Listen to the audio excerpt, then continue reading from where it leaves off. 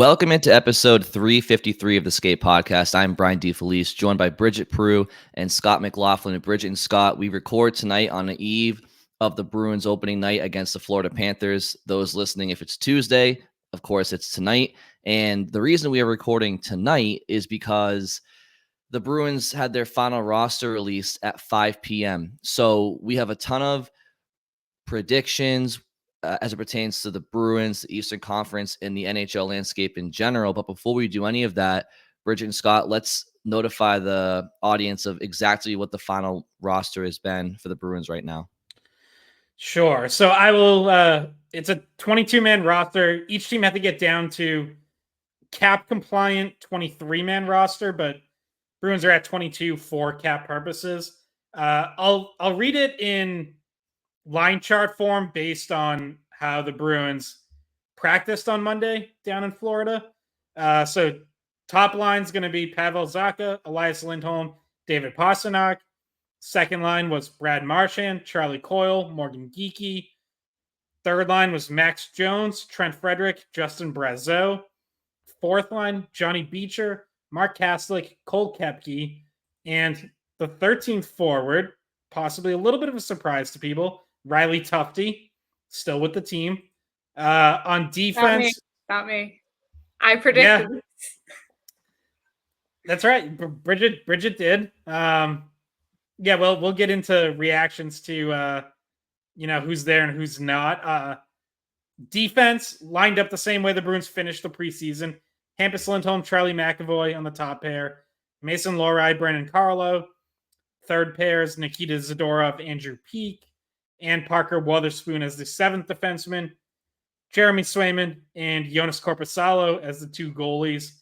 And three players starting on the injury non-roster list. And that would be Matt Patra, Ian Mitchell, and Alec Regula. Patra was on the ice Monday down in Florida in a red no contact jersey. But Montgomery had already said he would not be ready for Tuesday night. Another notable absence would be Tyler Johnson, who there has really just been no news on. He has not signed a contract. He has also not been released from his PTO. Montgomery, all he said about it was that he's not with the team right now. Yeah, that the news for Tyler Johnson, I'm sure we'll get it tomorrow when reporters have a chance to ask again, or maybe the Bruins are holding off on making a final decision on it the same way they did with Danton Heinen last season, just to see how they feel about the team and if he'll stick around for a few games into the season and they try to work him in and they have some sort of off the record agreement about it. I'm not surprised he doesn't start on the roster and win that spot directly out of camp. And I also think that the numbers game is part of this as well, because Don Sweeney mentioned this in Jeremy Swayman's press conference when Swayman signed, that there was going to have to be some hard decisions made. And maybe they really like Tyler Johnson, but because the cap space is what it is after Swayman's $8.25 million cap hit, there maybe just isn't quite enough room left for him. So we're going to have to find out more about that as we get into the regular season. Yeah, and I think we can tie that into some surprises regarding the final roster, because that is my surprise right now, which would be Tyler Johnson. Not so much that he's not on the roster post 5 p.m. Monday, but if this prolongs to a season-long absence where they don't sign him to a contract, it would surprise me because of the reasons that we've talked about in the past, which is he provides lineup versatility. He which endorses internal competition, and he just comes with a winning pedigree as a multiple-time Stanley Cup champion that I just believe is good for a locker room, and it's good for depth. Definitely a luxury more than a necessity for me, but where we have some question marks in the Bruins forward group, I think Tyler Johnson, who's proven, granted in the past, that he can score at the NHL level at a very productive rate. He also put up 31 and 32 points in his last two seasons in Chicago in under 70 games played. I think both under 65 games. So if he plays 60 plus games with Boston, a contending team, he could probably get back, still put up 30 to 35 points. So that's not nothing.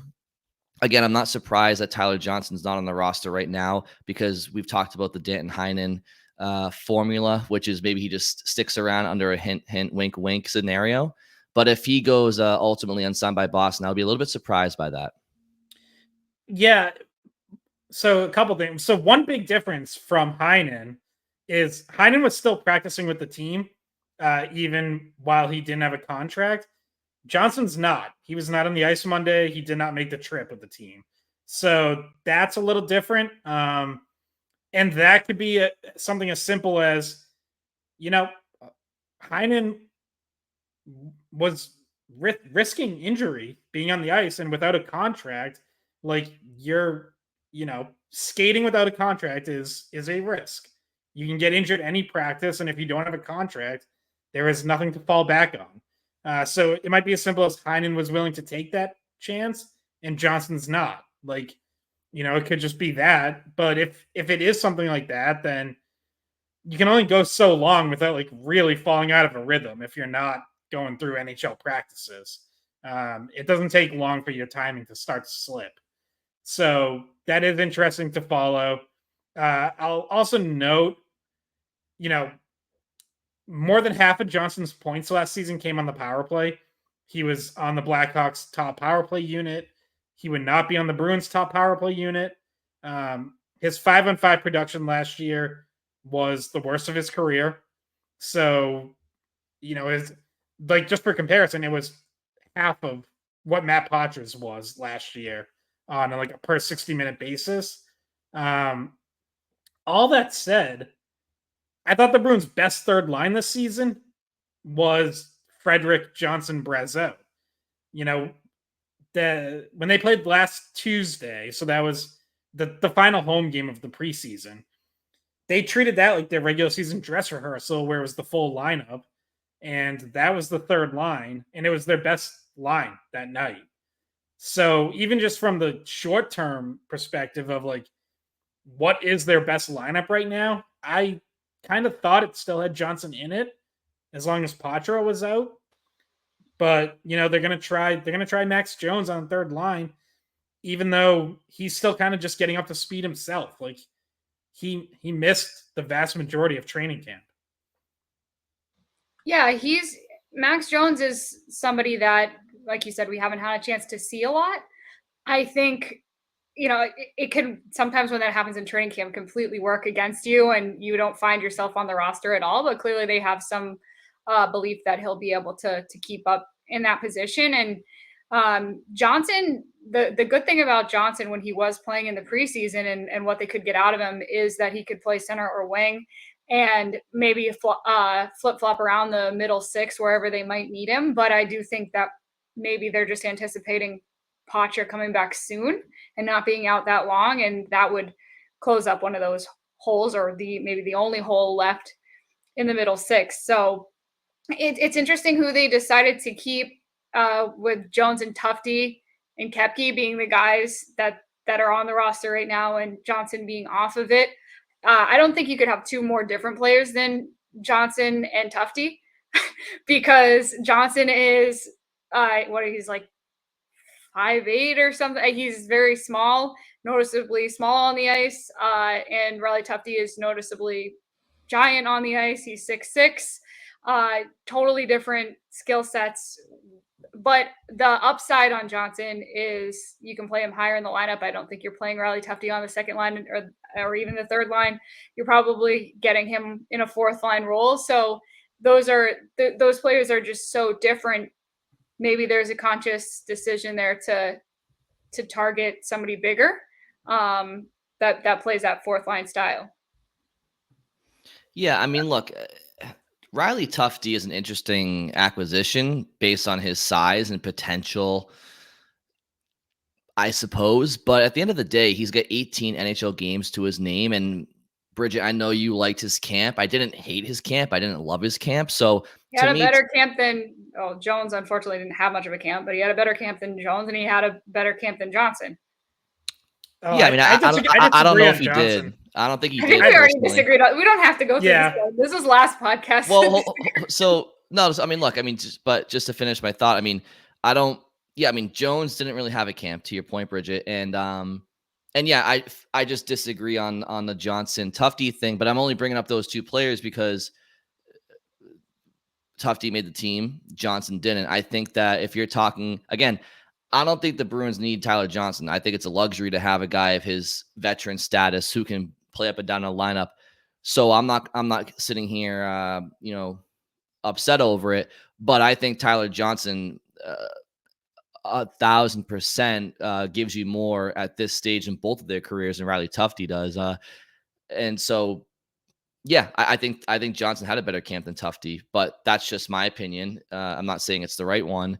But I would say that, again, the Bruins are out there. They signed Tufty in the offseason. I think there's probably some efforts there to see what he can do because they clearly see something in him.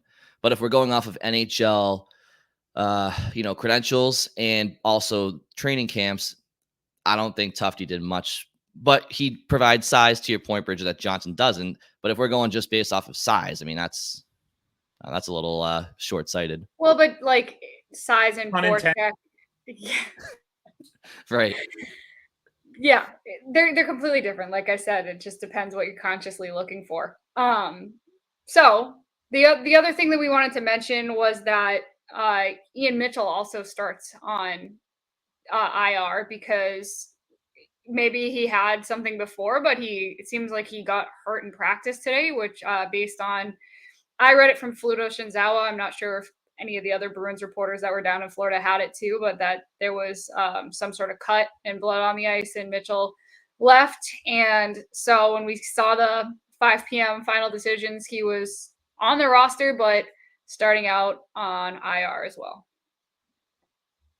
Yeah, honestly, I was a little bit surprised that he was still around to begin with, that they might have been trending towards 8 defensemen.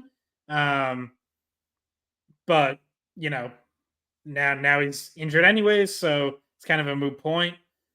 Regula has been injured all camp, so if people see that name and are like, where did that come from?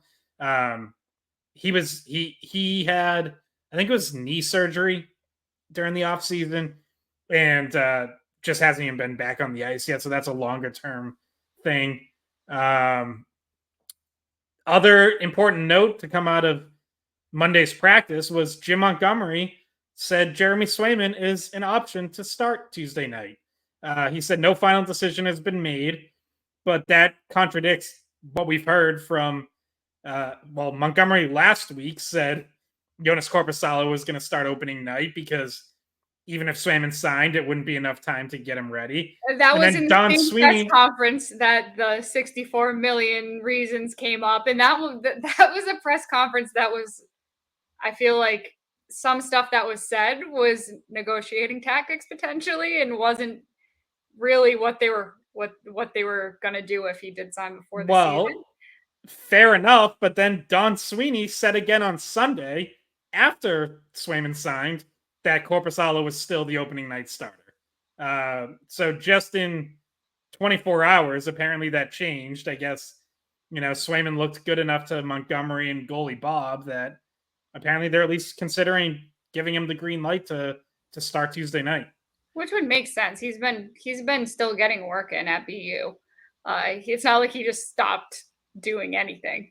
So it makes sense to me. Maybe it's gamesmanship too. You're playing Florida. I don't know if you're like, oh, maybe we're going to throw Swayman in on opening night. You don't know. Real quick, just jumping back to Tufty, a little bit of a fun fact for Bruins fans, and I'm not sure if you guys even realize this, though I'm sure you probably do. Riley Tufty and Cole Koepke were both teammates for the Minnesota Duluth Bulldogs in 2018 when they won a national championship. So maybe there's a little bit of chemistry there. I don't know if they were on the same line back in the day, but if they were to play together in Providence or Boston on a fourth line, there's some history there as well. Yeah, I actually talked to Cole Koepke about that on Friday, I think. Hoping to write something at some point, but I haven't had time yet to use it. But yeah, he said like they've kept in touch and during the courses of their careers, and that, is pretty cool. They like texted each other when they both signed with Boston. And I was like, so yeah, guys, like you kind of have like this competition where you're fighting for the same roster spots. And he's like, yeah, like we don't really talk about it, but you do kind of know you're going for the same spot, both as wingers. And as it turns out, they're both still here for opening night. So, good for them. And so just the Jeremy Swayman conversation you guys were just talking about. Yeah, I would love to see him Tuesday night. Obviously, he didn't have the luxury of a camp. I think he was the first one to say in his media availability, like that's partly majorly his responsibility, I suppose. But look, I don't know if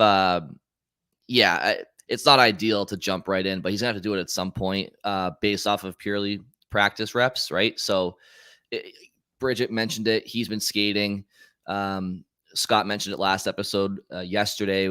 He's an honorary BU Terrier. So it's probably one of those things where it'll take him a couple, maybe half a period, and he'll be fine. But do the Bruins want to take that risk? I don't know. I think Swayman really wants the net, and I think the Bruins are really gearing up for this game. So I think any emotional advantage they can have, I think they would like to go for it. I wouldn't be too surprised if the Bruins give number one a nod.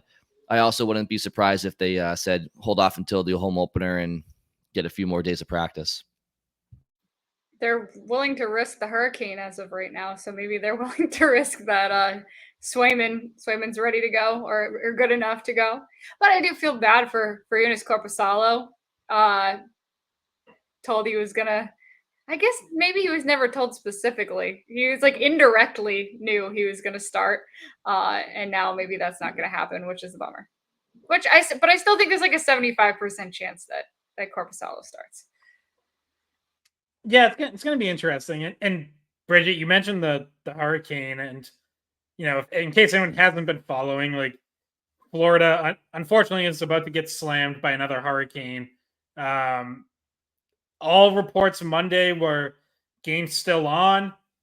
I would think that if they were going to make a decision to postpone and get everyone out of there, it would have happened Monday. Sunrise is not like in the direct line, but it's going to get a lot of wind and rain, I believe. So, and sometimes that can do just as much damage as getting a direct hit. So, seems like hopefully they know what they're doing and are planning appropriately. But yeah, as of us recording Monday evening, game's still on. So hopefully it happens. Obviously, it's a game I think we've all been excited about for a while. Like I said it right away. I was like, that's exactly how I'd want to start the season. Like, give me the defending cup champs in their building, get motivated by that Stanley Cup banner raising. Like, I think it's such a great way to start. Probably also a good launching off point for the majority of this podcast, which is our season preview. Where the Bruins end up, do they make it past Florida? We got all sorts of predictions. I don't know, Brian, if you want to take us through, or I can do it, doesn't matter. But we have a few different categories that we went through to preview what we think is going to happen this season. Yeah, I think we should just go right down the list that Scott provided, just in the order that he did. So I believe it was ideal lineup. Is that what it was for the Bruins? Yeah, well, the first was a reaction to cuts, which I don't know if you had any thoughts on Lysell Merkelov not making it. I think we probably already aired that out. I was gonna say, I think we just did that. I don't think we have to go into so yeah, we can move on. Okay. Yeah, so Scott, why don't you lead us off? Well, even ideal lineup. I mean, I would say what I, read off as their likely opening night lineup is pretty close for me. Just once Patra's healthy, put him in at third line center between Frederick and Brezo, and probably put Jones on the fourth line with Beecher and Kastelik. Either Koepke or a signed Tyler Johnson is the extra forward. Defense I'm good with. Obviously, goaltending is set. By the way, I should also note, Brendan Bussey cleared waivers, so he's going down to Providence. Yuri Patera got reclaimed by Vancouver, so he got a whole 1.5 practices in. We hardly knew him as a Bruin. Can't wait for the tribute video. But that's So look, my ideal Bruins lineup is going to be similar to what Scott said, similar to what the opening night lineup is going to be.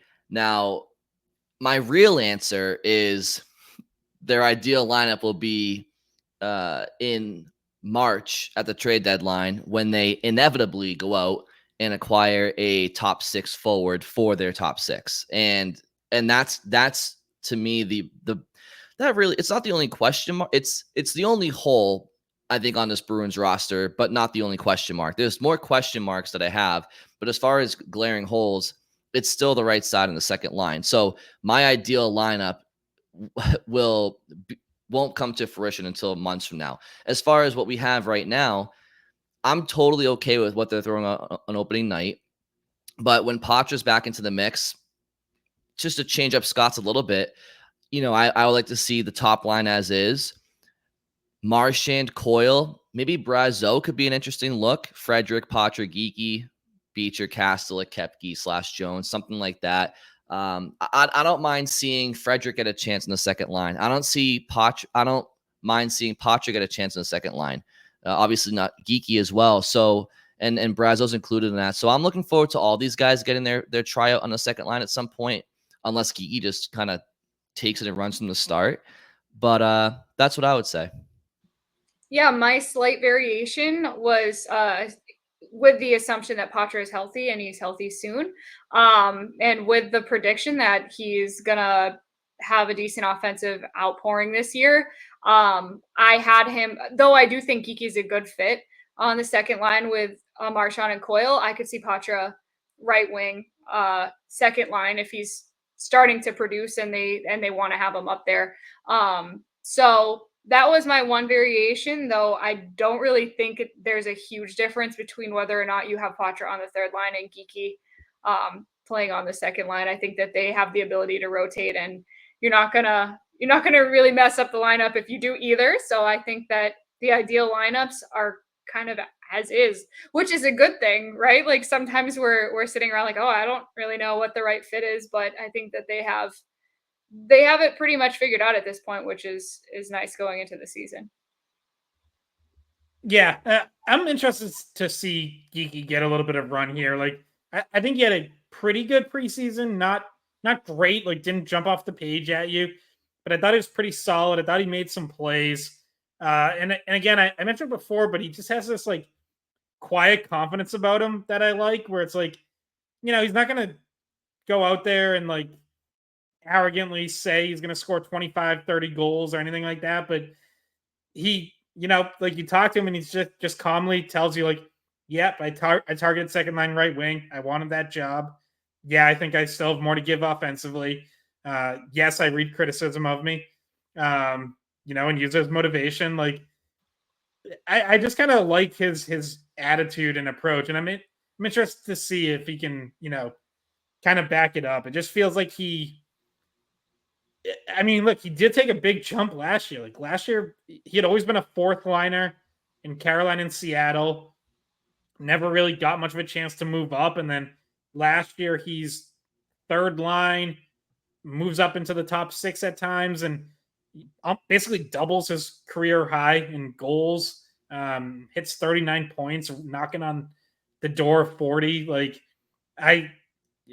we talk about, Frederick as a guy who could make like a 10-point jump up to 50 points. I think Geeky easily could. Like I think 50 points is in play for him as well. And that's not an ideal second line number. Like I guess you'd really prefer your second liners to hit 60. But it's not bad. Like, Jake DeBrusk didn't do that last year.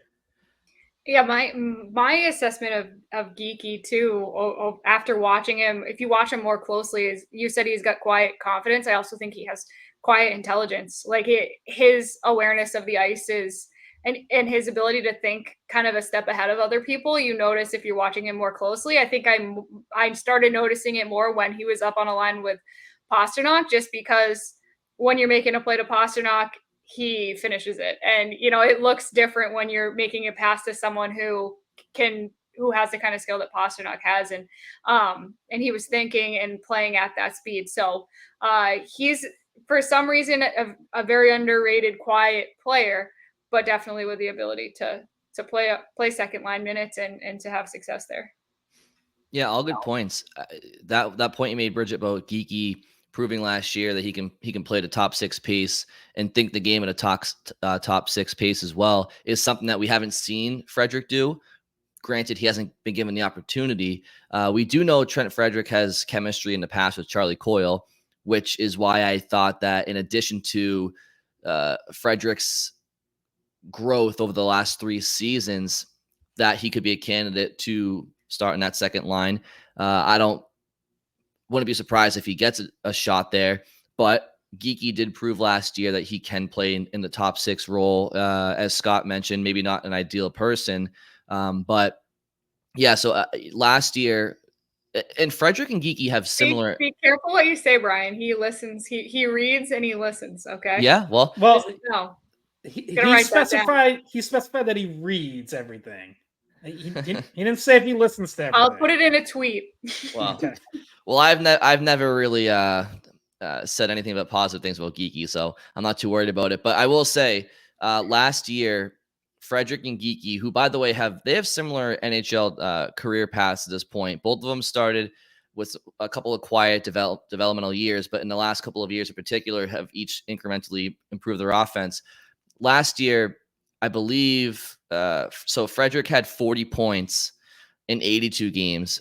Geeky had 39 points in 76 games. So, with an additional 6 games for Geeky to play 82, maybe he finishes in the low 40s. It's a long-winded way of me saying I expect the two of them to finish with around 45 plus points this year. So I'm looking forward to see how they develop as well. Yeah.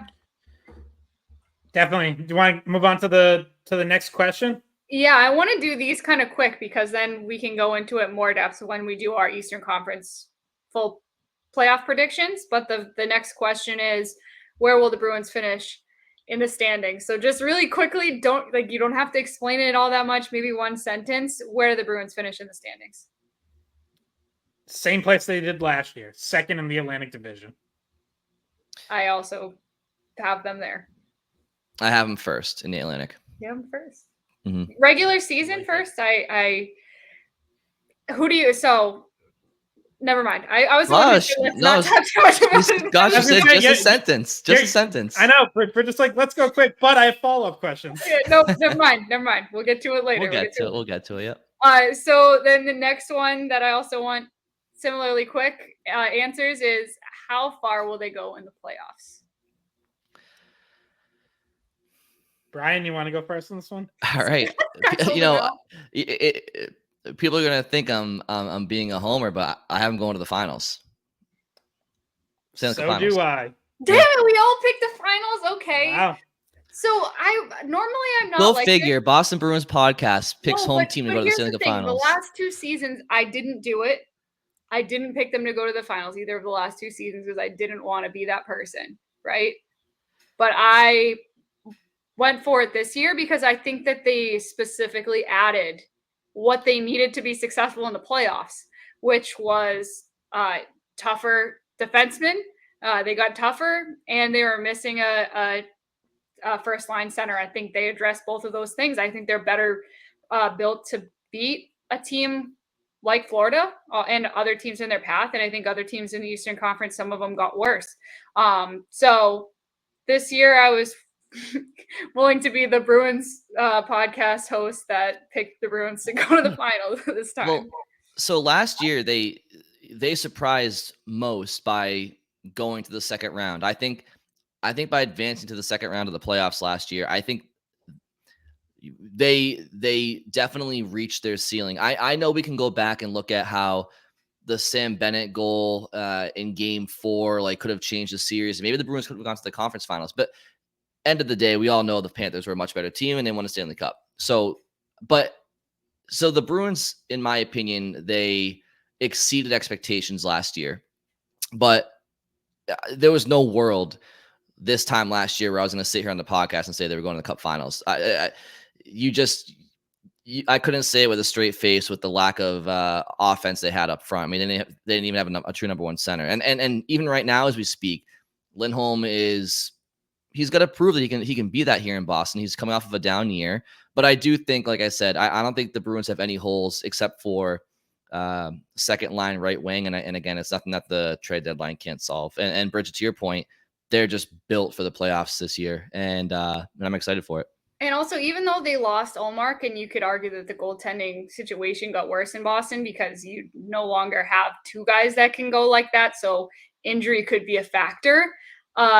You still only really ride one guy in the playoffs anyway. So you were going to have to make the decision, and Swayman is perfectly fine as long as he's healthy to take on that workload and to do a good job in the playoffs, because we saw it before. So I don't think that the loss of Ullmark affects their playoff run. I think it maybe affects points in the regular season, and that's why I didn't pick them to finish first in the regular season.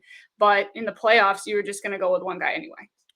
Exactly. Like I actually think they're going to have fewer points in the regular season than the 109 they had last year, because they're not going to have one of the 5 best goalies in the league in net every single night. They're going to have him in net for 55 games. And then they're going to have Jonas Korpisalo, who's, even though I think he's going to be much better than he was in Ottawa, I think his ceiling is like a league average goalie, basically. And that'll cost you some points, like, over the course of a season. But yes, I agree with everything you guys have said. Like, they're better built for the playoffs. I think they're better built to take down the Florida Panthers. And I also think it is extremely hard for a team to make 3 straight Stanley Cup finals, which is what the Panthers are trying to do. And the Panthers lost some depth, both up front and on defense. They lost their entire fourth line. Brandon Montour is a big loss on that back end. Oliver Ekman-Larsson, a lesser loss, but not insignificant. And just the wear and tear of trying to make a deep run like that for a third straight year, I think is going to be tough for them. So I think if there's a team that can close the gap on them a bit, I think, you're going to be able to take them. And I think the Bruins have. I think they've closed the gap enough that they've put themselves in good position. I do think they're going to have to go through the Panthers. I don't think you're going to avoid a playoff matchup with them.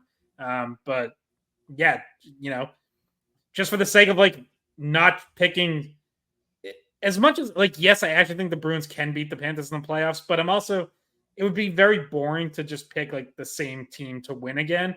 So I'm not doing that. Now, Scott, this is probably your second or third time in 4 years picking the Bruins to go to the Cup Finals. It's all 3. So it's the second time in the last 3 years, and I will just note that the last time I did it, when I was the only person picking them to go that far, like anywhere, they went out and had the best regular season ever. What happened in the playoffs? Of course, they choked in the playoffs, but that team was as good. Like, I thought they were going to be really good. Very few other people did. Some people had them missing the playoffs that year. I remember being outraged when we did this episode, like the preview episode that year, and being like, who the heck are these people that have the Bruins not making the playoffs? Yeah. And I still think, if they didn't, whatever, we don't have to relive it, but if they hadn't choked that away against Florida, I think they would have been in the finals. So, which, tip of the cap to Bridget and myself, because we saw that coming, and Scott was convinced that the Bruins were going to beat them in 5, if I'm correct, or maybe 6. No, excuse you. I picked them to sweep. Oh, that's right. That's right. Oh God. Anyway, all right. Moving on down, we have okay. Which Bruin will exceed expectations this season? Can I start? I have 3, but I'm just gonna go with one first because I don't want to steal you guys, and then I'll get to the other ones. So my number 1, like, I'm feeling so confident about this, is Mason Lohrei. And I don't think it's for lack of high expectations for him, because I think after last season, people know that he's going to progress and he's going to get better, but I think the jump is going to be massive. I just have this really strong feeling after watching the way he played in preseason and in the practices. I feel like I looked maybe a little bit more closely at what he was doing in practices than games, because in games I was looking at, like Lysell, some of the other guys were wondering if they're going to make the team. And he just gives people no space. And he just looks so confident, and he looks like he's in the right position. And I think he's going to have the biggest jump of anyone on the team from what he was last year to what he's going to be this year. And I feel very confidently about that. Yeah, I'm with you, Bridget. I have him personally. I have him topping 30 points, and I could see it being closer to 40. Just depends how does he get PP1 time if McAvoy struggles. And but either way, I have Lori comfortably around 30 points this year, which for a first full season in the NHL is going to be something to watch. And his ceiling is just going to keep growing, I think, offensively. I guess I'll just go quickly and forgive me, Scott, if this is who you're picking, because we haven't discussed this. I'm going to go with Elias Lindholm. And I know that as a top UFA on the market this past summer, expectations should be high for him as a center, but he is coming off of a down year offensively. 44 points last year between Calgary and Vancouver, which I believe was his lowest point total in 5 or 6 years. Now, his career high was 82 points in 2021, 2022, when he was playing with Matthew Tkachuk and Johnny Gaudreau in Calgary. Now, this year, I feel like he's in more of a similar situation to that Calgary situation. Instead of Tkachuk and Matthew Gaudreau, he has David Pastrnak and Pavel Zacha, who is less established than his previous line mates that I'm talking about at the time. But I still think that in a larger role on a contending team with one of the elite players in the world, I would expect Elias Lindholm to be much closer to his offensive ceiling than his offensive floor in 24-25. And I don't know if a lot of people feel that way. I think a lot of people are maybe down on the player. He's not a true number one center. He's an overpayment, whatever the case may be. So I'm not sure if Boston fans have the highest hopes for Lindholm. I think they're hoping he plays well and expect him to be a good player, but I don't know if they're expecting him to be a 70-plus point player, which I do have him being this year. Maybe that works to his advantage. It's always easier to be a fan favorite when the bar is lower and you jump right over it. Yeah, I feel like people are expecting, like, maybe he'll be right around where Coyle and Zacha were last year, which is right around 60 points, or where Lindholm was 2 years ago when I think he was at 64. I don't have it in front of me, but the year after his 82-point season. Yeah, but Brian, I'm with you. Like, I think he's going to be in the 70s. I don't think he's going to match that 82 points. I don't think he's going to score 40 goals like he did in that 21-22 season, but I definitely think 70 plus points is in play. And I'll go out on that branch as well and predict that he does do that. I have more thoughts on that coming up because it actually goes with something else that we're going to talk about. But Scott, did you have another one? Yeah, so my pick for some to exceed expectations is someone we already touched on, but Morgan Geekie. I do think he's going to get to 50 plus points. I think he is going to take another jump. I think he'll have 20 plus goals, maybe 25.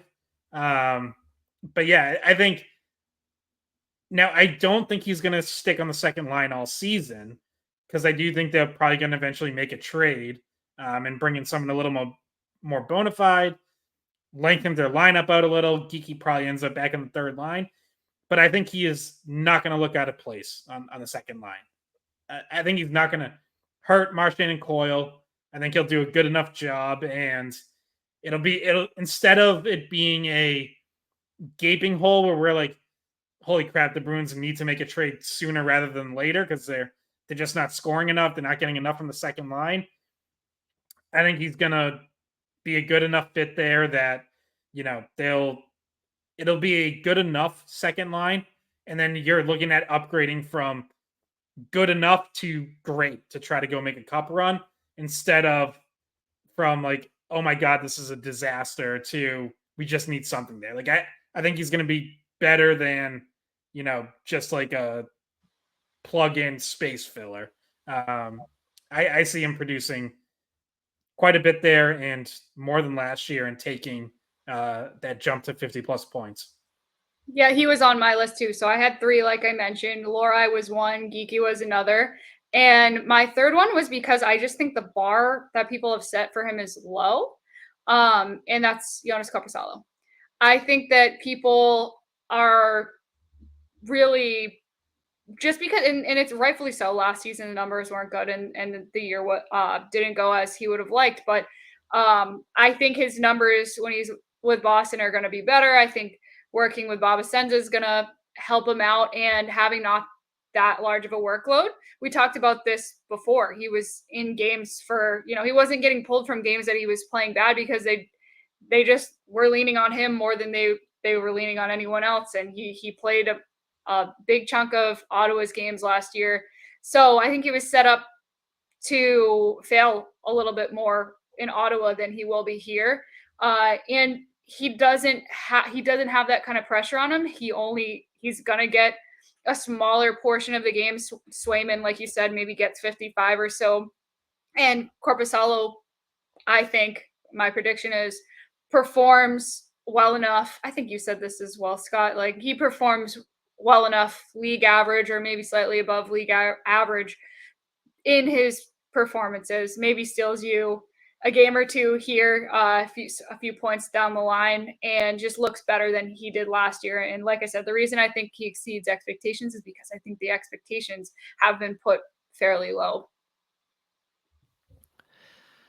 Well, on the other end of the spectrum, we have the question, which Bruin do we feel may disappoint this year? And I guess I'll start, Bridget and Scott.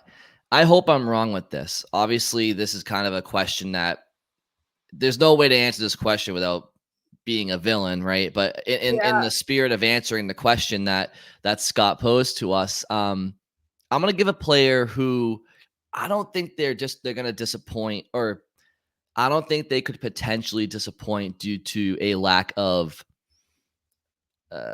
play. I think that Matt Patra is a player that may leave people disappointed throughout the year because maybe he is not available as much as people hope. And I think that right now you're kind of seeing it. He gets hurt in the preseason game on a hit from Ristolainen. That's the NHL. And I know he beefed up in the offseason. I think he gained like 10 or 12 pounds of muscle, hopefully, from what was reported. Obviously, he had surgery last year from an injury that put him on the shelf, ended his rookie season prematurely. So the old adage is the best ability is availability. And I think that might be an area where it could give him challenges. He might come back from whatever injury he has right now and never look back. And he hopefully, knock on wood, he never gets injured again in his career. But I would say that would be something that would disappoint me, is if he's not available as much as we hope he is.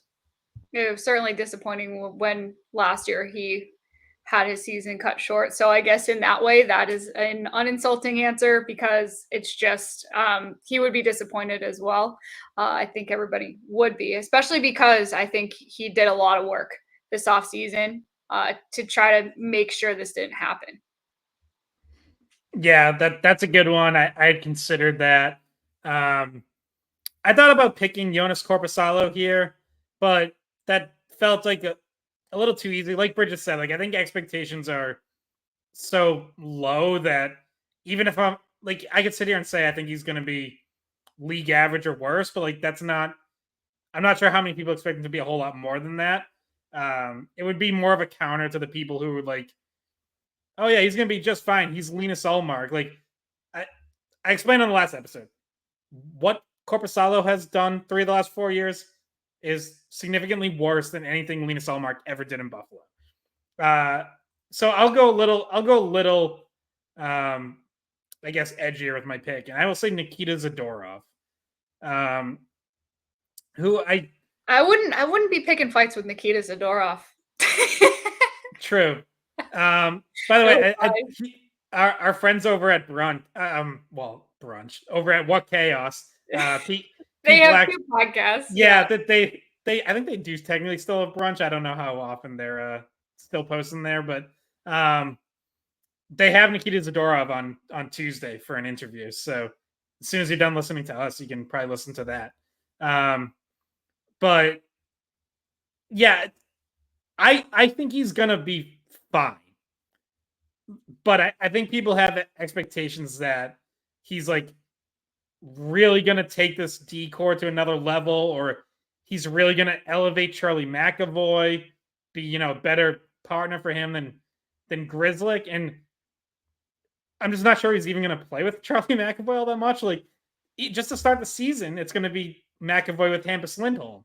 Um, I think where Zadorov is starting the year on the third pairing with Andrew Peak is probably where he's going to be most of the time. Like that's kind of more what I see him as. And that's because I like Hampus Lindholm and he's locked into the top four.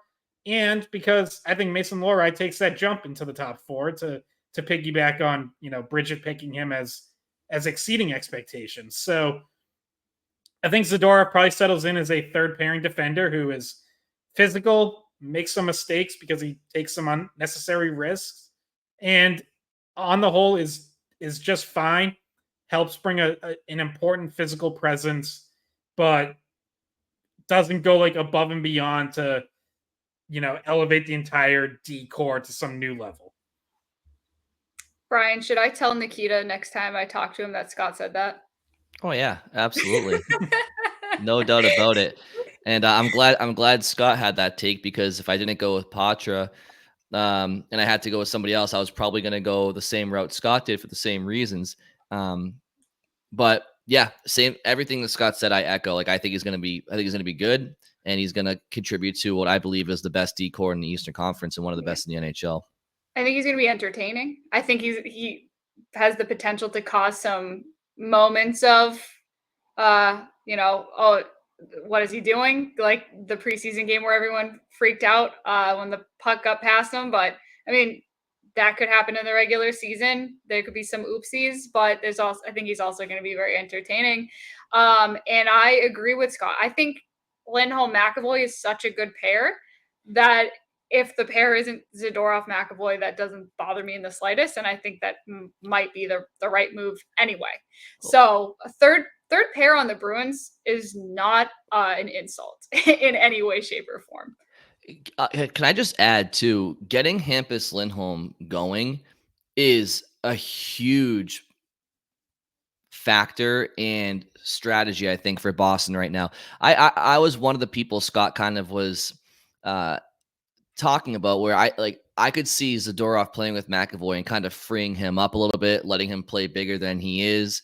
But at the same time, Zadorov can play that third pair role that you guys are mentioning and be great there. And at the same time, it allows Lohrei to get into a top four role, as you mentioned. But we talk about a Bruins offense where there's some question marks, right? Charlie Coyle, Brad Marchand gaining chemistry with Morgan Geekie. Just in general, right? Lindholm and Zacha and Pastrnak have to get that chemistry.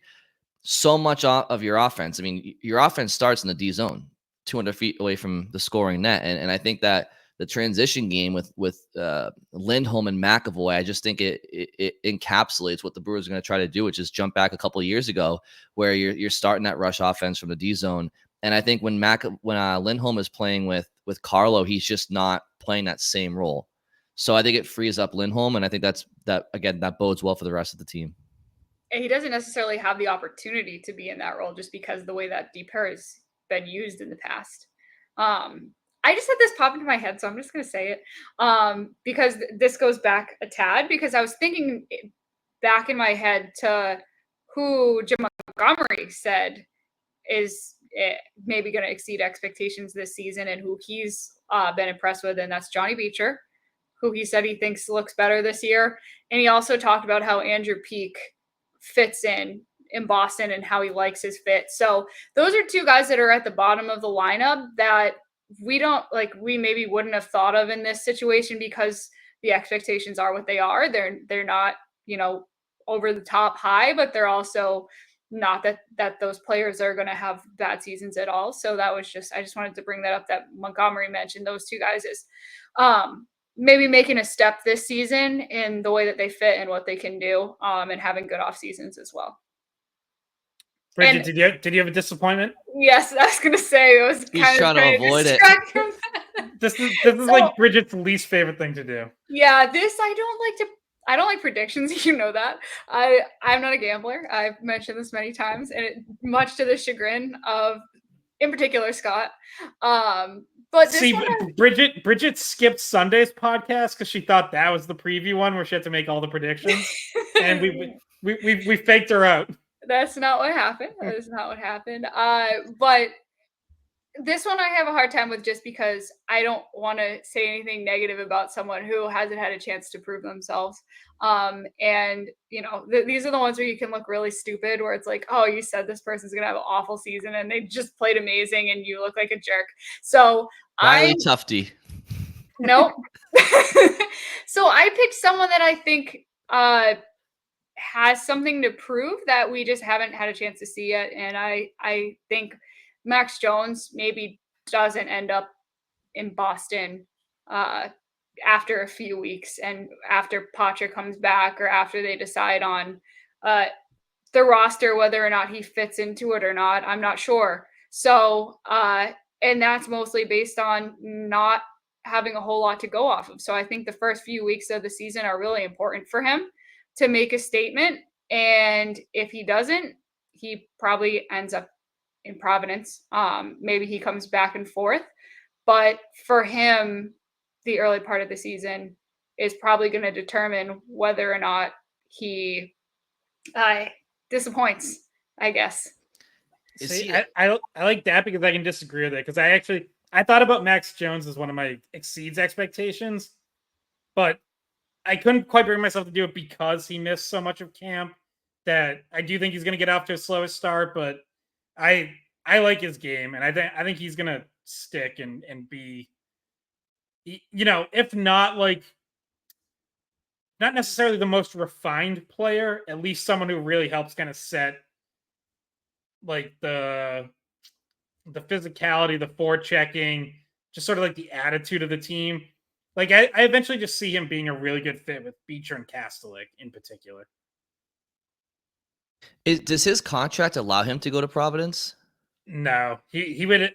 They would have to waive him, and I think he would almost definitely get claimed. Yeah, but in any event, though, sentiment is still there, Bridget, and yeah, like it's unfortunate we weren't able to see him with a full camp, but honestly, if it people are going to think he's my cousin or something because I've said his name so many times. But if it wasn't for the camp that Cole Koepke had, I honestly think it would be more of a lock for a guy like Jones. But if he keeps playing the way he did in camp, he could be a player that forces issues and could definitely exceed expectations, because there are none for him. Nobody knew who he was. Say, he probably already did just by making the opening night roster.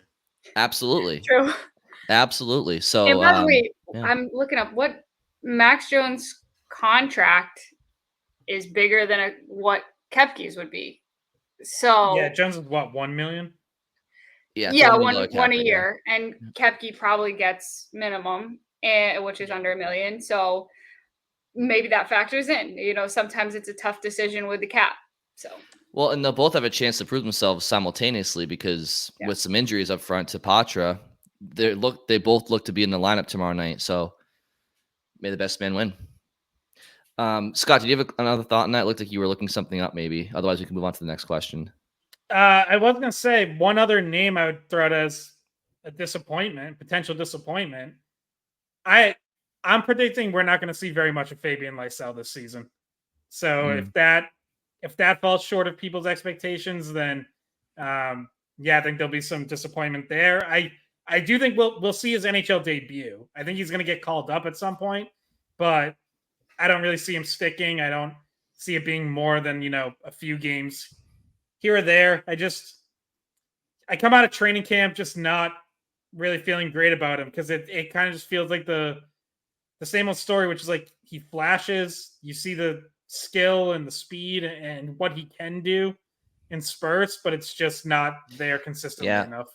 I don't know how you can be drafted 3 years ago and not all summer be chomping at the bit to get to Warrior for training camp and just go balls to the walls for 3 weeks. I mean, you have He got since getting sent down. Sorry for the crude language, Bridget. Hashtag locker room talk. He had those 2 games in Washington and Quebec City after getting sent down to Providence, and he didn't do much with it. And so you would just think that just pure effort alone, he would just be going crazy out there. And outside of that 1 week where he had a great game, a couple good games, and a few good practices, but not nearly enough. So definitely disappointing. And if he gets an opportunity again, buddy, you got to make it. You got to make a lasting impression because you're running out of time in Boston, at least. I know he's 21, but he might as well be 25 at this point. I mean, 3 years in the system. Matt Patra's 19, maybe 20 now, and there's yeah, he's 20 now. It's I don't know. Yeah, time's ticking.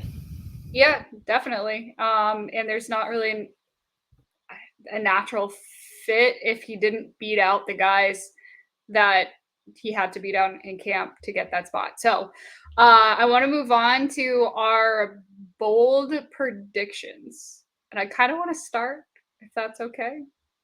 Bold predictions. All right, because I'm not usually a bold prediction kind of gal, but I do feel like this one is bold enough to go under this.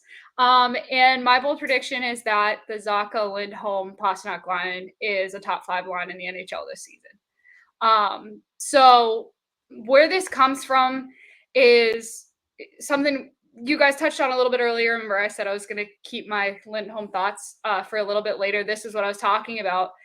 I think the chemistry was there when in the very first day of training camp. Then Lindholm gets hurt. I think given the time in the early part of the season to work together more, this line is one of the smartest, fastest, highest potential lines in the league. I think that Lindholm's game is close enough to what Pastrnak has played within the past with Bergeron and Krejci that it's kind of a seamless transition to this line. And I also think that on the power play, it's going to make it an improvement for what they can do. But just 5-on-5, I think this line is scary fast and we'll be able to compete with the top lines of the NHL. That's a great prediction, Bridget. Yeah. Yeah. I'm like, I wouldn't go quite that high, but I like that as a bold prediction. Yeah, it's bold, guys. My bold prediction is Jeremy Swayman wins the Vezina Trophy. Wow. I mean, so last year he was already top 5 in goals saved above expected, and that was in a almost 50-50 split kind of role. In the playoffs, he was easily the best goalie. Even playing only 2 rounds, he still finished as the leader in goals saved above expected for the playoffs. I think all the controversy, everything about these negotiations, it's all behind him already. I think he's going to be locked in. I think he's going to start, 55 games or so. And if he plays the way he's played in a lesser workload, plays the same way in more games, he's going to be right there among the league leaders in everything. And, Bruins have a history of goalies making that jump and winning Vezinas. And I think he's the next one, and I think he does it right away this year. Well, that'd be great. That'll be awesome. Hopefully there's a Vezina there and maybe a Conn Smythe. Just have a Timmy Thomas 2011 season, huh?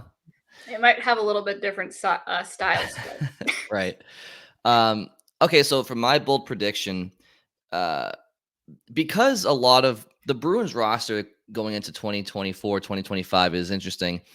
Outside of their top guys, it's kind of a combination of players who are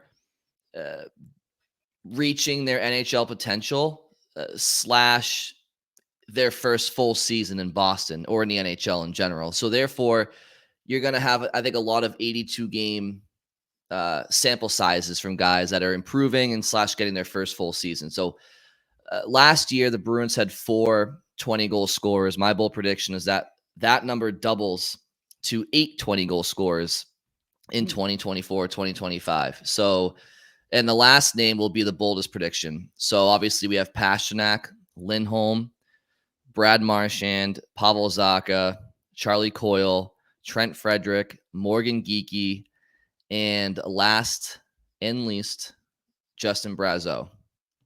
Last and least. He'll have the least amount of goals. I love it. So I didn't tell you guys this ahead of time, but this will be up on weei.com on Tuesday. But I'm writing up 10 bold predictions as basically my version of a season preview. And Brian, that last one, that was one of them. Justin Brazeau scores 20. Yeah, personally, I have him at. I personally am predicting him to score around 17. But as far as bold predictions go, I had to take it up a little bit to 20, and I wouldn't be surprised if he did. I also could see him scoring 15, but I definitely think that 20 is in play, and I think he'll get some power play time in a full season. He's an interesting player. He has the size. He doesn't have a ton of speed, but he's got goal scorer's hands and touch. So in the right situations, I think he's going to perform. Scott, are you going to add our bold predictions to your article? I don't. Well, so I have a couple that kind of relate to yours. So I think they'll all be covered in one way or another. Okay, fine. It's all right. You don't have to put us in there if you don't want to. All right. You'll be in there. Calm down. We have a couple of more rapid fires to get through, guys. So Eastern Conference playoff predictions. I think this just means that the teams qualifying. Ladies first, Bridget, why don't we start with you? Who's your Eastern Conference playoff field this year? Okay. All right. This one I put some thought into. I changed it a few times, but I'm happy with where it ended up. So as opposed to the rest of the podcast that you just winged, is that? No, I wrote down this for what I mean by that is that I revised it. Like I kept coming back and thinking of something else, and I kept being like, all right, let me look into that more because I wasn't sure about it. So I'll get to it, Scott. Thank you for that. Hey, I don't think I you're just gonna you can't overthink out there on the ice. It has to just be natural. Okay. All right. So mine are Florida finishes first again in the regular season, Boston and Tampa Bay. And then that's Atlantic. And then on the other side in the Metro, I have Rangers. They didn't change all that much this season. New Jersey gets better with Markstrom. This might be somewhat of a bold prediction that they finish second in the Metro. Carolina, I changed multiple times where I had them, but I eventually landed on third. And then my wild card teams are Toronto and Detroit. And if you want me to go more into that, I can. I had Detroit higher at first, and then I realized that wild card might be the ceiling for them. But I don't know how you guys feel about those. I can explain them if you have questions. I think we can maybe we kind of just run through some thoughts after we all give ours. So I've got in the Atlantic, a little boring, but I have the same exact order as last year. Panthers 1, Bruins 2, Toronto 3. In the Metro, I have the Rangers winning. I have the same as you, Britt. Rangers winning, Devils 2, Hurricanes 3. And then my wild cards are Lightning and Capitals. So I think I have 7 of the 8 same playoff teams as last year, with the Devils getting in. But yeah, the last wild card, I was like, there's like 6 teams I could see here, but the Capitals had a fun offseason, and I kind of want to see it pay off for them. Okay, so for me, I have Boston winning the Atlantic, as I mentioned earlier. Second place, I have Toronto. I just think that they have the offensive firepower. They did improve their defense. So they always come through in the regular season, at least in the Austin Matthews era. I expect no different. They've never shown enough though to be division winners. They may have won a division. Maybe did they ever win a division back in like 16 or 17 when his first year? I don't. Maybe once, but I think they did. I don't know. We'll double check that, but I think for the most part, they're always in that 2 or 3 spot. So I'll have them in the 2 spot. Florida, I have in 3rd, simply for some of the things that Scott mentioned earlier. They have taken some blows to their personnel up front and on the back end. And I just think that the war of attrition that you have to go through to even get to the Stanley Cup Finals, let alone win it, is a toll that takes its price. And they lost to Vegas 2 years ago, but they played the same. Well, I have to go through and check the games played, but they got to the same point as the winner, right? That's how the finals work. So despite losing to Vegas, they still have to do all the work that it took to get there. Obviously, last year they went to the finals. So I just think that Florida is going to have a short off season. They took some personnel regression, and I think they'll finish 3rd. And then I have the Metro, same as you guys, same order: Rangers, Devils, Hurricanes. I actually considered having the Devils in 1st, but I just like New York's definitely their back end a little bit better. And wild card, I have Tampa Bay.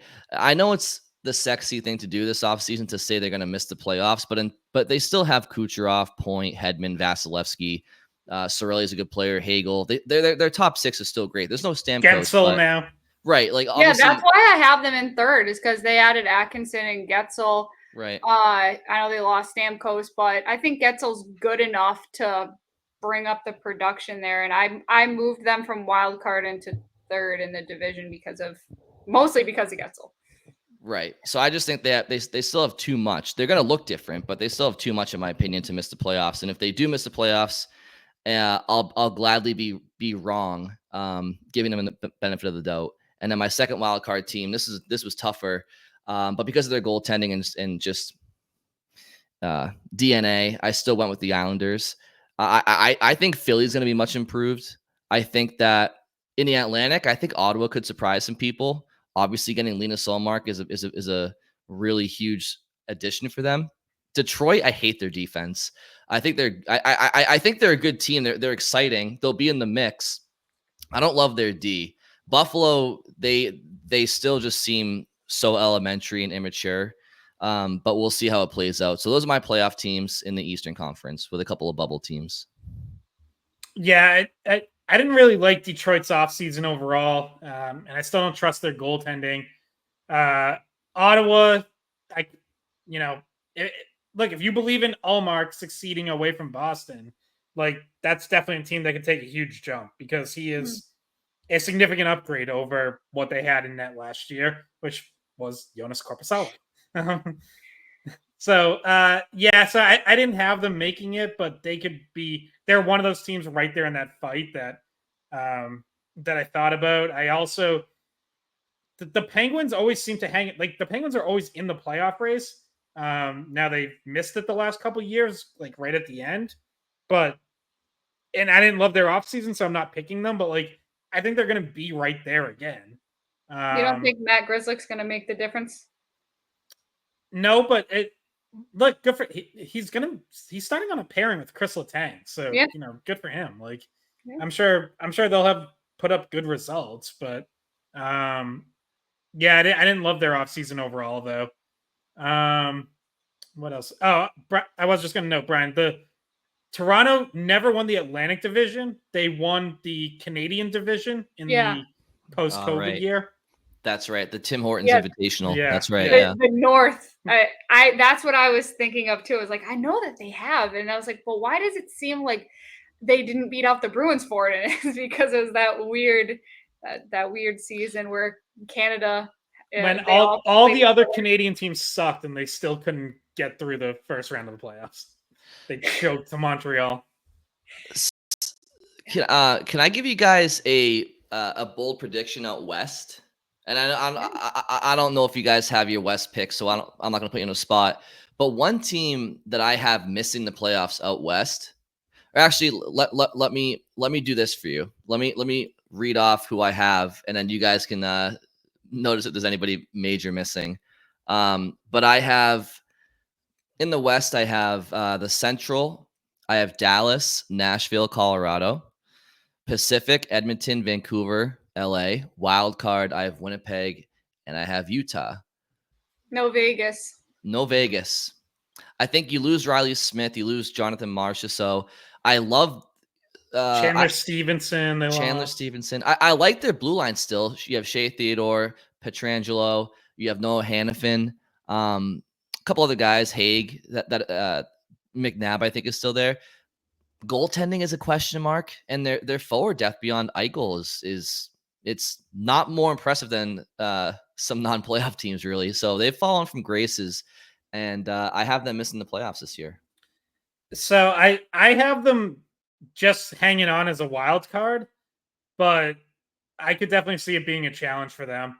I like the Utah pick. You know, we don't even really have to get into it, but we had one of the categories we're going to do was which non-Bruins team will exceed expectations. Utah is going to be my pick. I do have them making the playoffs, but for me, the team I have missing instead is Winnipeg, whose off season I really didn't like. Now they're a team that's kind of been counted out before, and they always seem to find a way to be in it. Usually that way is Connor Hellebuck. But I think this is a year that they could finally drop off a bit. I also think that goes into part of my prediction of Swayman winning the Vezina is I think, if Winnipeg does drop off as a team, Hellebuck's numbers might not be quite as good. And that might open that door as well. All right, so a couple more here, guys. We have so which non-Bruins team will disappoint, and then we have Stanley Cup picks, and then we'll get on our merry way here. So, is this Eastern Conference specific? It can be anyone, I think. Okay. I Bridget, picked do you have Eastern somebody? Conference, but yeah, it doesn't matter. Okay, why don't you start us off, Bridget? Okay, so I had two, and I don't know if you noticed that I had Toronto lower in my predictions than you guys. I had them as a wild card team. I'm not going to go all the way to missing the playoffs. But I'm a little bit lower on Toronto this year than I have been in the past. I think in the past I've picked them to finish first. Their goalie situation, you really have to believe in Woll as the number one goalie for them. They lost Samsonov. Well, I like Stolarz. I mean, he was really good as like the 1B to Bobrovsky. So you're thinking 1A, 1B with them. So yeah, I think they probably just about split evenly. Yeah. For me, I just wonder about. I had a question mark with goaltending, and I also, they didn't. Besides Stolarz, they had Tanev, but they lose Bertuzzi. I know he wasn't a great fit there, but I see those other three teams as better than Toronto, or potentially better than Toronto, which is Florida, Boston, Tampa Bay. So I had them lower in a wild cards finish. I think would mean a disappointing season for them. So that I picked them as my disappointment. Yeah, I mean it's interesting. I mean, I think Craig Berube will offer a different perspective than Sheldon Keefe, who I think will probably have a good season in New Jersey with the addition to Markstrom and their roster. But yeah, I just think I don't know. I think Toronto, if they have one issue, it's not the regular season, it's the postseason. So I would be surprised if they dropped out of the top three. But if they did, then I would be right there with you, Bridget, in saying that that's a disappointment despite making the playoffs still. I will go with the Buffalo Sabres. And I know that sounds probably pretty funny considering the fact that they're the Buffalo Sabres. And they have missed the playoffs, I think, for over a decade straight here. However, every year in the last couple of years in particular with this youth movement, you have Rasmus Dahlin, who is now their captain, former first overall pick, Owen Power, former first overall pick. They're just littered with high-end draft picks, and every year is supposed to be the year. Unfortunately for them, they're in a gauntlet of a division, as we're discussing. But I just think that Sabres fans and Sabres optimists out there, I think, will yet again be disappointed. It's just until I see it, I can't give them the benefit of the doubt. It's the opposite of Tampa. And there's just a immaturity to their game where despite the talent, I don't know. I mean, a couple of years ago when the Bruins broke records, Buffalo had a really strong run. But they've lost some key players. I mean, Jeff Skinner from that team was kind of like their veteran leader up front. He's in Edmonton. Casey Middlestats now with Colorado. So they've had some change, but I just think people will still be disappointed by them because they're just never going to be able to break through. And they're already 0-2. So and the they Devil's lost. social media is killing them over. I don't know if you guys saw that. Yeah, But, the O2 arena or whatever their arena name. They turned it into their record. Yeah, that was a little bit harsh, a little brutal. Yeah, and there's there's already talk of if the season goes south, they could trade away Alex Tuck because they're gonna have other guys they need to re-sign, and I think he's up after next season. I don't believe in Buffalo either. I mentioned Winnipeg. I'll also throw out the Carolina Hurricanes, who I still pick third in that division. I still think they pretty comfortably make the playoffs because I don't really believe in any of the other Metro teams that could potentially jump them. But I'm just I still see odds and power rankings and stuff that have Carolina as like a top 5 or 6 team, and I just don't see it. I'm out on them. If they couldn't do it last year when they actually finally loaded up for once and went out and traded for Jake Gensel, I don't know how they're going to do it this year with Gensel gone, Brady Shea and Brett Pesce both gone from their defense. They're going to the season with Jesperi Kotkaniemi as their second line center. I don't buy it. Even when that roster was loaded, they always disappoint in the playoffs. Now it's not loaded, and I don't see how they really I don't have them getting out of the first round. I think the Rangers and Devils are much better. All right. Well, speaking of the first round, I think that gets us to our final prediction, which is Stanley Cup picks. Bridget and Scott, I'll go first, and I'll give my conference finalists, which will be Boston, New Jersey, and Edmonton, Nashville. And I'm going to go with an all yellow or all gold finals between Boston and the Nashville Predators. I'm not going to give a winner. I don't want to jinx anything, but I'll say that's my finals. I also don't want to give a winner. All right. Well, I hate how similarly we're thinking because I also have Boston, New Jersey in the East with Boston winning. I have Edmonton, Colorado out west, and Edmonton winning. Okay. So I think we already knew we all had Boston going. I would say Boston, New York conference final, Boston, Edmonton final. And I do not want to. You have to. No, Brian didn't either. But now we are. We gave our final, and now we pick our winner. Bridget goes first. It's impossible to predict the winner of the Stanley Cup. Make your pick, Bridget. I'm just laughing at the real problem is I don't want to pick the Bruins because this is a Bruins podcast. Well, I was just gonna say, I'm just looking forward to the comments. Oh, Bruins podcast, all three pick the Bruins in the cup. Exactly. So that's why I don't want to pick. I don't believe in Edmonton that much. That's the problem. But maybe we're going to put them in the final. I'm saying as a team that they prove they can make it to the final, but they didn't match up against a Florida team. And I think the Bruins are built like Florida now. I think they're built more similarly to Florida. I think that even though you're playing against the best player in the world, you have the pieces to beat them. So I didn't want to be that person. That's why I didn't want to pick. All right, well, I'll go first. Nashville.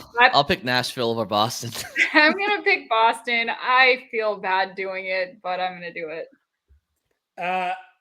I think the Bruins win the Stanley Cup sometime in the next few years, but lose to the Edmonton Oilers in the final this year. The Oilers avenge their loss to Florida last year, coming up just short after that remarkable near comeback. I liked their offseason, even though they got double offer sheeted by St. Louis. I think maybe this might be kind of recency bias, seeing how Connor McDavid flipped out on the Oilers during the finals. Just seeing that he actually has that edge and that drive. I don't know. I think that team's pretty loaded, and I think they get it done this year. Damn it, I'm the only one who did it. I didn't want to do it. It's a tale as old as time, right? You go to the finals, you avenge it the following year. I will say, I don't know. I mean, I do have some questions about the Oilers. I mean, can Zach Hyman have that unicorn season again?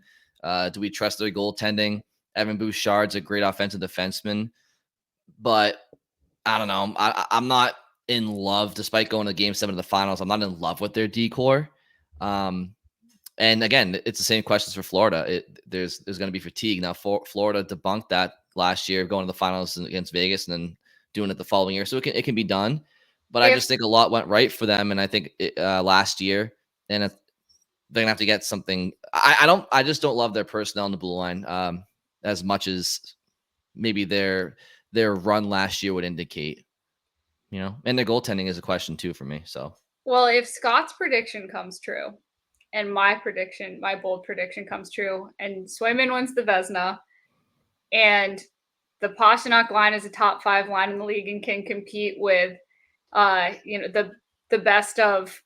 They're not. I mean, he's not going to be better than McDavid, but can keep up at least close enough with the offense that Edmonton has. Then they could do it.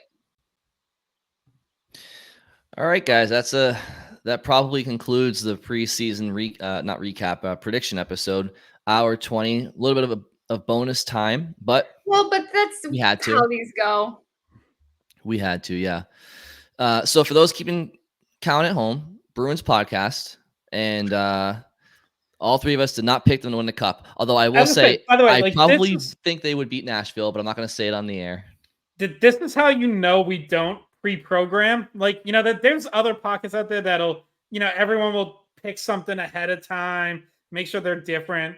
We didn't tell each other our predictions ahead of time. If we had, I probably, just to change things up, would have picked the Bruins to lose earlier. But my prediction's my prediction. It's written in my document. It's we just happen to all agree. Yeah, well, maybe it's because we know each other too well. Maybe we just all have the hive mind of talking to each other about this constantly. We all form opinions together because we have a group chat and see the same things. I don't know. There's probably something to that. Yeah, I mean, look, it's got nothing to do with the fact that we're a Bruins podcast. The moves they went out and did in the offseason, the personnel, their makeup, they're built for the playoffs. I mean, they got one of the best goalies in the world. I think they have one of the best decors in the league.